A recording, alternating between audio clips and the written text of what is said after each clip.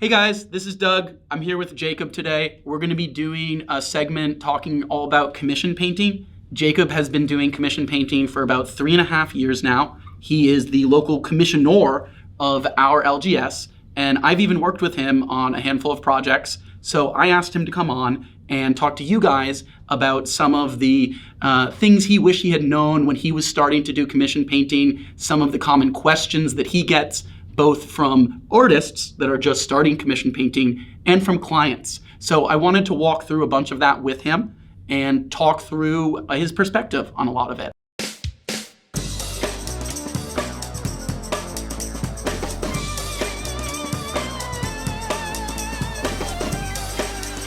So Jacob, people get into commission painting for a lot of different reasons. I know there's people from a lot of different types of artistic backgrounds that actually do it. Some of the artists that I've met actually had nothing to do with wargaming, and they kind of got introduced to it as a side hustle. Some of them are tournament players that just did really good paint jobs and were approached by folks.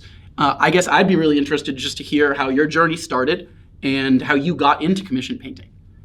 Maybe about 10 years ago, I started to paint my own models, obviously, like everybody would. So I didn't really come from an art background, and learned a lot of really basic techniques like shading and highlighting and things. And after a while, I realized I was kind of good at it and just started to offer painting for people because out of the goodness of your own heart. Well, actually, it's so much worse than that because at least I feel kind of bad because I was really tired of seeing gray armies. You're the single gray Avenger. I was so tired of it. I just started offering to paint people's armies just to play against people who had fully painted units.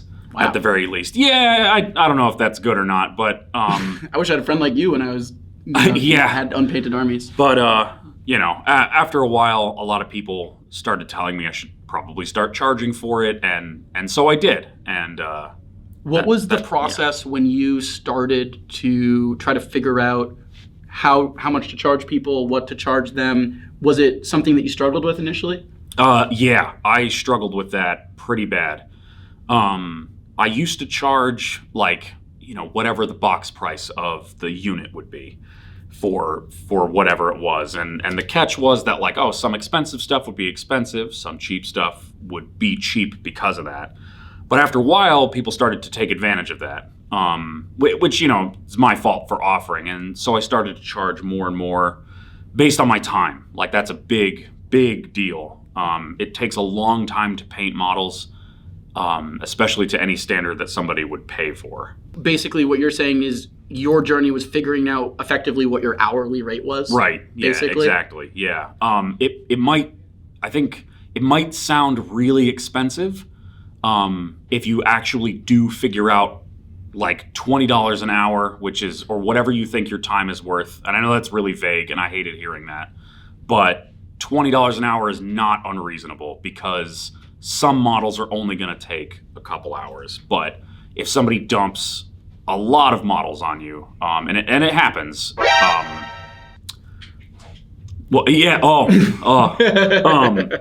Make sure they give you enough time and make sure you charge them enough because it's going to feel like a huge waste of time to get paid a little bit and then have to work for 3 weeks. 6 hours a day, 3 weeks later, you give it back and you get your other $50. And it feels like sometimes, at least some of the other commission artists I've talked to, they were afraid to give a price that they thought their time was worth. And what I always told them, as a person who's been the client of a lot of commission painters is like, listen, if you find people that are beating you up on an hourly, that's kind of like, to me at least, I would never do that as a client. That's kind of like a warning sign for, hey, this person might not be the best person for me to take on as a client because maybe they don't fully understand the commission process. And I feel like that might just cause you headaches as the artist down the line a lot. Yeah, for sure. They want your work just as much as you want them to pay you for it. In most cases, because especially if they approached you, which is how I sort of run things. I let my work speak for itself, and I let people come to me looking for the work because you could look pushy. I mean, that's that's up to each person who, it depends on your game store, but. So you're saying basically you've gotten to a point where you let customers approach you and then you try to talk to them about the expectations for the project, make sure that basically your price matches what they're okay with. Yeah. Have you ever had to walk away from a project that you felt just wasn't going to be a good fit to avoid some headaches? Yeah, for sure. There's definitely been a few people who wanted much more out of me than I was actually capable of doing. Like for a long time, I couldn't do non-metallic metals. I couldn't do wet blending, but I was still getting people who wanted those things done. So you have to manage expectations between you and whoever you're working with. They have to completely understand what they're paying you for and expect nothing more. And you have to be confident in what you could give to them. But that's worth your time. Yeah, that makes sense. I know when we worked on the project together, I think the first thing I ever did was I brought you my custom Space Marine chapter, and I said, hey, here's the standard that I've painted these to, and I'm kind of just looking for you to match this model. Right. Which I assume was probably easier for you to then gauge the price and how long it would take you. Yeah, a little. And again, that comes down to it was Space Marines. There's not a whole lot to do with them. They're armor. Basically one color across the whole model. But yeah, basically, that kind of thing can help. But that's a client relationship. That's a little client different. Relationship management. So for you for you. What's the hardest part of the commission process for you? Something, that maybe didn't come easy to you initially that you've had to work on and kind of get better at and eventually kind of like progress your commission game on? Are we talking about like part of the painting process or just like I think any part of it, honestly. Yeah. I would say you pick for you, what's been the most difficult, Because I think for everybody it's different. Yeah. I guess that's where it gets complicated because it depends on who you are. For me, it was saying no to commissions. I was never inundated with jobs ever. But I got them. No, I am now. As yours takes so long, and then other people suddenly want things, and I'm like, I have 147 models I have to paint in a month. Like I'm sorry, you're just gonna have to wait. Yeah. But it spikes like that. But I did actually have to turn down a few jobs, or at least tell them, look, it's gonna be another month or two before I even have a chance to get to your stuff. And they've walked away. And you just have to be okay with that happening. If you're good enough for that to happen, then great. That's awesome. It's a good problem to have. So don't think you have to take on $3,000 worth of work and get to it eventually. Like time management is a huge deal. And also just being able to say, no, I can't do that right now. Yeah, exactly. Right? Yeah.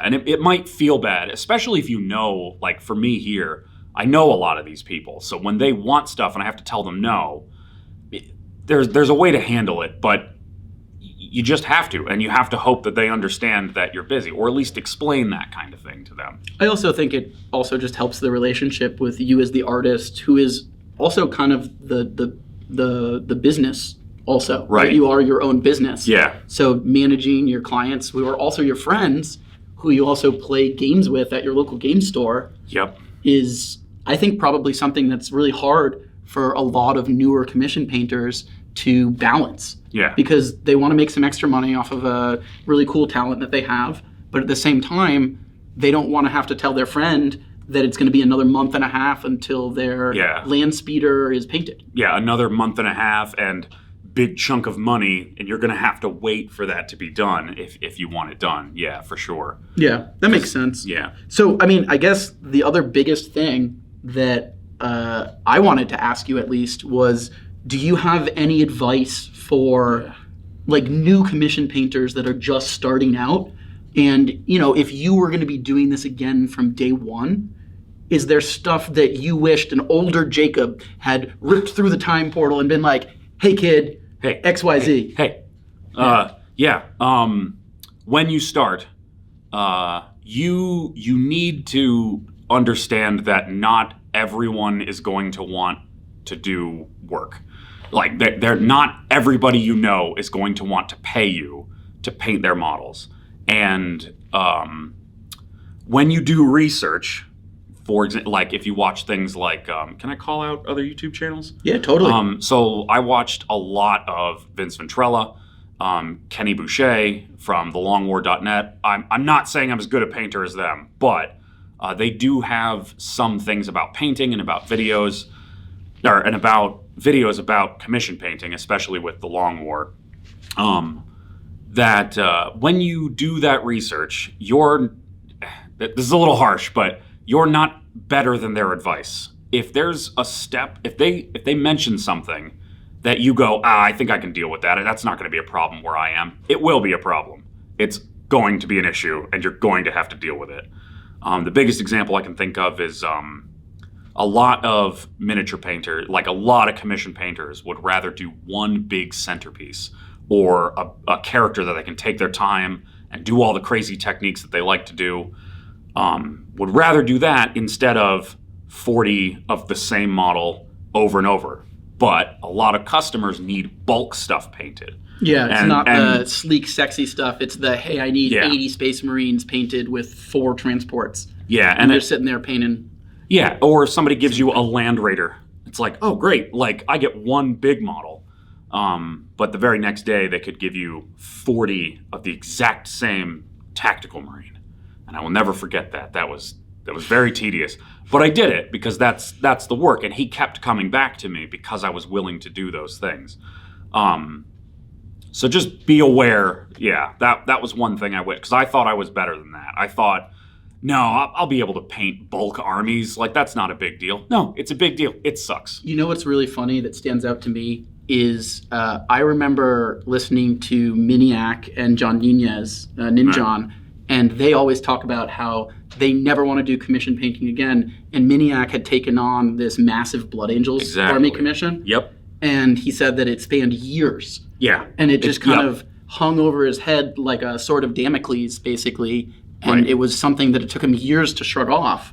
So, I mean, I think that goes very well to the point that you just talked about, to be honest. Yeah, exactly. I think I did watch that video, and his Blood Angels army looked great. Yeah, and Miniac and Ninjon are good channels. They do talk about those things. I did watch their videos about commission painting, and they were right. There's a lot of stuff. I think there's a lot of stuff they covered that a generally casual painter would be turned off to commission painting by watching those videos, which is, not a problem. They're for everyone. But as a commission painter, watching those videos, some of the things they didn't like or didn't want to do is just part of the job. Yeah, it's not the sexy part, but it's the part of what the majority of your clients are going to want. But I also think, because those guys are like what I would call display painters. Right. They're really honing in on individual models, and they really want to take their time. Yeah, and you're not really going to be able to do that if somebody gives you a huge bulk order. Yeah. It's really hard. Even if they give you a year and a half to do 50 models, which is ridiculous. But if that happens, maybe at that point you should be painting pretty well. But if it feels like a long time and you charge them a lot of money, but it is still a lot of models and it feels like a lot of work, it's probably better that you kind of just get it done and do the best you can. But you don't have to paint like they do. You're absolutely right. Like, you don't have to paint Golden Demon runner-ups for every single model in somebody's army, especially if you're not capable of that. Don't let anybody tell you that you have to paint like that. You know who gave that exact same advice was Metalhead Minis. Oh, really? Yeah, and she does a ton of what I would call like medium to high volume commission work, similar to what I see you take on a lot. Yeah. Which is, 60 Space Marines, 5 characters, and 4 or 5 troop transports. Right. And her message was, hey, this is a job you're being paid to do. Yeah, exactly. These models are not your babies. These models are a job that you need to deliver, and you need to make sure that the client is happy, but you also need to do a good job of setting up expectations with the client on the front end. Yeah, so exactly. that both the artist and the customer kind of can see eye to eye, and then when the product is delivered, everybody has a good experience. Yeah, exactly. Yeah. Yeah, definitely. Like, manage expectations and be able to manage your own time too. for example, like with a lot of Doug's work, because he gives me a lot of models all at once, I have to figure out. I wasn't kidding. The most recent one, if you don't mind me saying, was 142 models of Malifaux. Malifaux, yeah, of Malifaux. I gave myself a time limit of a month and a half to do all of those. Now I'm fortunate enough to be able to do that with full time. Like I can do that kind of thing with all my time. Most people can't, so maybe give yourself more time or take less models at one time, because I've tried a couple ways to break that workload into a manageable pieces. So for me now, doing it for this long, I paint 5 models bottom to top every day. And that's a couple of hours for me, like a few hours for me, maybe 6 or 7 hours to do all It's of literally, that. you would say, part of your daily routine. Yeah, and then I get to go play video games. And actually what I'm doing... Then you go play Elden Ring. Yeah, I go play Elden Ring, and I think what I've been doing is actually taking a break with painting his stuff to paint my Blood Bowl models, because I want to try stuff on those that I've never done before, and I can't quite do them on any of yours. On a client. It'll just take way too long to do. Like, I've been doing a lot with volumes, I've been doing a lot with like some wet blending stuff, but I'm not confident enough to give that to someone yet. So, if that helps, you don't have to worry about that stuff if you can get away with it. But so would you say the biggest takeaways are manage expectations both for yourself and for your client? Yeah. Make sure that you value your time the correct amount. Yeah. And that the customer understands that. Yeah. And that you understand the level of product that the customer wants delivered effectively.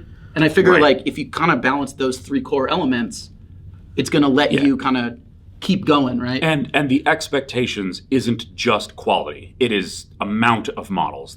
Take on only what sounds comfortable. You're better off finishing and giving it back and getting a smaller payday a bunch of times than one huge one that's going to take you forever, because you will burn out before you're done. You will absolutely burn out before you're done. And thankfully, with that sheer volume of Malifaux models, they're all really different, so it takes me a little longer to paint them, but at least I'm picking up something new every time. Yeah, that makes sense. So, guys, thanks for walking through the commission video with us. Jacob is going to be on the channel doing a lot of hobby-related projects. So like and subscribe. In the comments, let us know if you think that there's something that you'd like to see us work on, either a scenery project, different types of commission painting for different game systems, or even just some board games. I think we've done some of that too. oh yeah. So Yeah, I like painting board game models. yeah, stay tuned, guys, and make sure to follow The Danger Planet.